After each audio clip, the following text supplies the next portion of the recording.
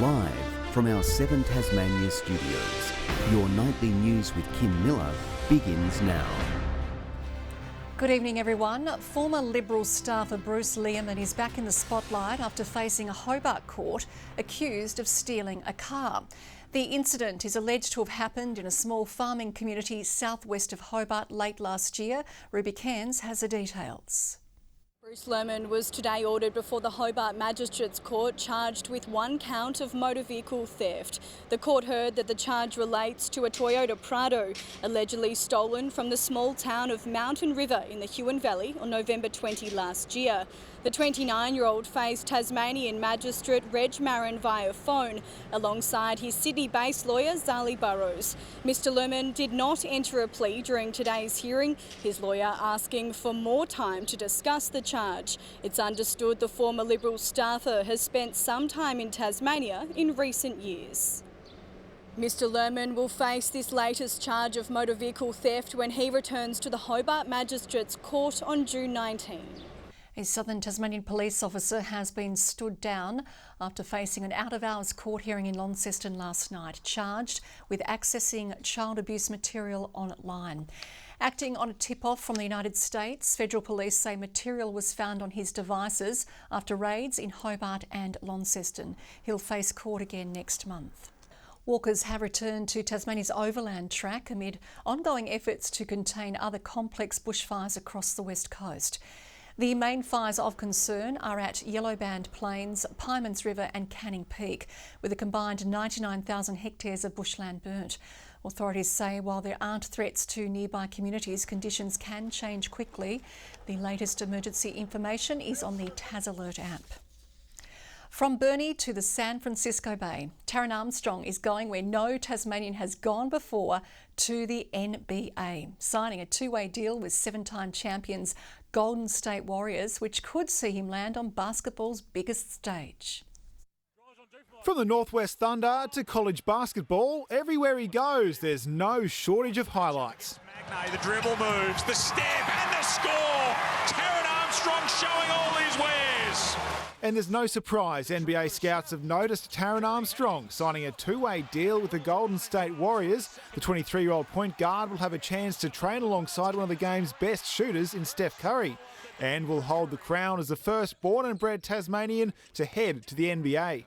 We're very excited by the news. I think it's the 37th Australian male to be selected in an NBA squad. So very elite company and very exciting for Tasmanian basketball. The jump to the game's highest level is a big deal, but he was always destined for big things, according to his old teachers at Burnie's Marist Regional College. Taran was very talented, so he was quite adept at pretty much anything that he put his hand to. And while he's the first Tasmanian male to hit the big league, following Hobart's Alana Smith currently playing in the WNBA, he certainly won't be the last. Jacob Furphy, Nash Walker, Rain Smith, there's definitely a few there who knows, if everything goes well for them, they could find themselves in a similar situation. And no doubt inspiring the next wave as well. His involvement on the national stage and now the international stage has shown that there is a pathway from the northwest coast of Tasmania. Hopefully all the kids in Tasmania turn up at training tonight with a spring in their step. Nick Kelly, 7 Tasmania News. In this hair-raising near miss on the Bass Highway, a moment of impatience has nearly proven deadly near Exton. This white ute overtaking a B-double avoids a head-on collision by mere centimetres on Friday night. The truck driver says it would have been a very different story if he hadn't slowed down and moved onto the shoulder, giving the ute just enough space to continue its journey west. Hopes of an AFL return for former Tasmanian football player Taryn Thomas are slipping further by the day. VFL side, the Northern Bull Ants, is the latest club to pass on throwing the former North Melbourne player a lifeline. The AFL will allow Thomas to play state league competition this year, but so far there have been no takers. Thomas has faced multiple legal issues over his behaviour towards women.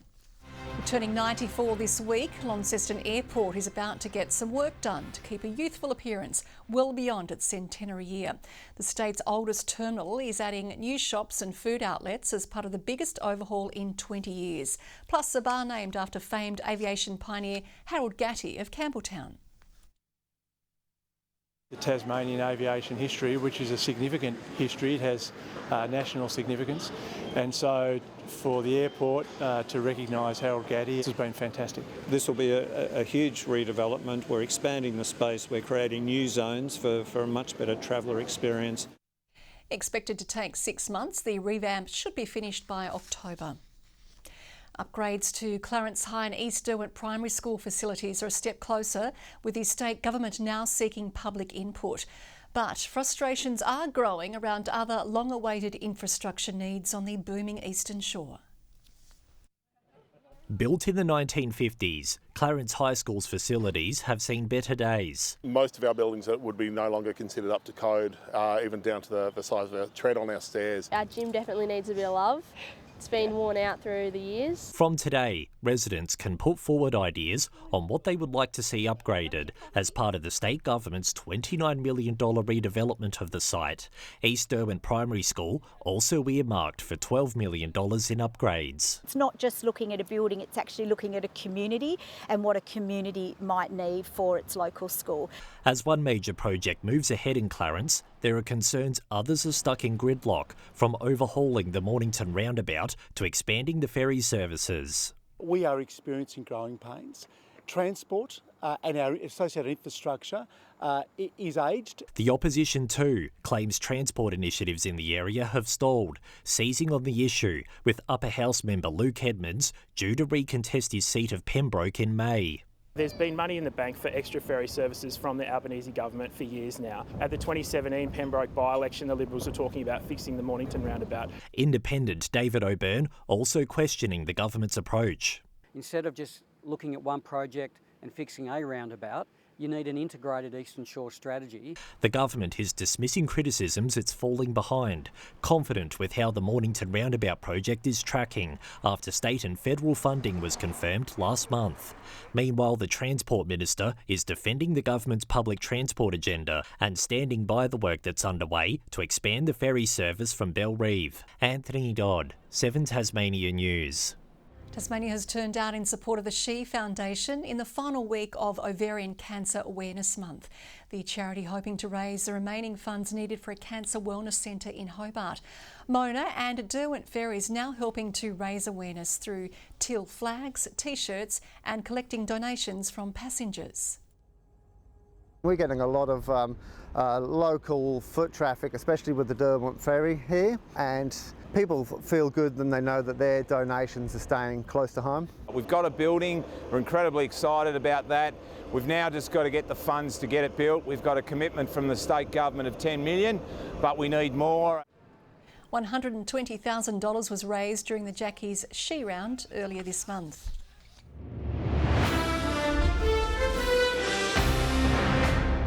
Despite missing a shot at a record 4th straight WNCL title, the Tigers aren't dwelling on what could have been. After a shaky start to the season, a late surge might have been enough to guarantee a nail-biting run home, but not to elevate them to second on the ladder. In the end, New South Wales finishing 2 points ahead. The resilience that the girls showed after a tough start to come home really strong and finish third. There's still plenty of excitement heading into next year, and I feel like we've got a lot to come out and prove next season. A fierce rivalry will be rekindled. New South Wales fights Queensland for the trophy in Brisbane on Sunday. There's a growing chorus to get another Tasmanian into the Aussie squad as the Mitch Owen show returned with a bang in yesterday's one-day cup win. A 48-ball century, the 4th fastest by an Aussie, before he continued to smash a crazy 149 off just 69. Got lucky, munged a few into a few gaps and a few edges that didn't carry and that sort of stuff, but once I sort of started getting my timing a little bit and sort of a bit more confidence in myself, I felt like I could clear the fence pretty easily. Despite the win, Tasmania is already out of contention for the One Day Cup final. They are, however, still a slim chance in the Shield, which returns next week against Queensland. Good evening. Hobart and Burnie, 23 degrees today. Launceston and Friendly Beach is our warmest with 26. Devonport, a top of 25. Few light showers over the west. Strawn, a cooler day, 19. Bushy Park and St Helens, 23. Lowhead, 22. Grove and the Islands, 21. Lyawini, a high of 16. Cloudy conditions over the west, bringing just 3 millimetres to Strathgordon today. On the bigger picture, low cloud lies over the Bight and to our west under a ridge of high pressure. Moreover, eastern Victoria and southeast New South Wales, thunderstorms developed along the Queensland coast. The high moves over us tomorrow, troughs remain over the continent, and we have a double dose of tropical cyclones on the map, Alfred over the Coral Sea and Bianca, which will weaken tomorrow off the WA coast. The westerly winds will ease tomorrow as the high moves over the state. We'll be left with 5 to 15 knot sea breezes around the coastlines and light and variable winds over the inland lakes. Partly cloudy right across the state tomorrow. Hobart 24, same for Tarraleah. Adventure Bay a top of 22 degrees. Launceston 27, Devonport 23, a high of 23 for Bridport, all fine in the north. Burnie fine and sunny 22, 21 for Strawn, partly cloudy for Marrawar 22. St Helens tomorrow a high of 22, 23 the top for Swansea, partly cloudy. On Flinders Island, Whitemark a high of 24. On Wednesday a fine day on the cards again, however a late shower might eventuate over the west and south. A fine day on Thursday with the chance of a shower over Launceston and Devonport. Showers in the west on Friday extending elsewhere for a period before contracting to the west and far south. Partly cloudy and 25 in the east. Partly cloudy and 28 in Perth tomorrow. A sunny warm 33 for Adelaide. Fine and sunny as well in Melbourne. A shower in Sydney. A warm partly cloudy day in Brisbane.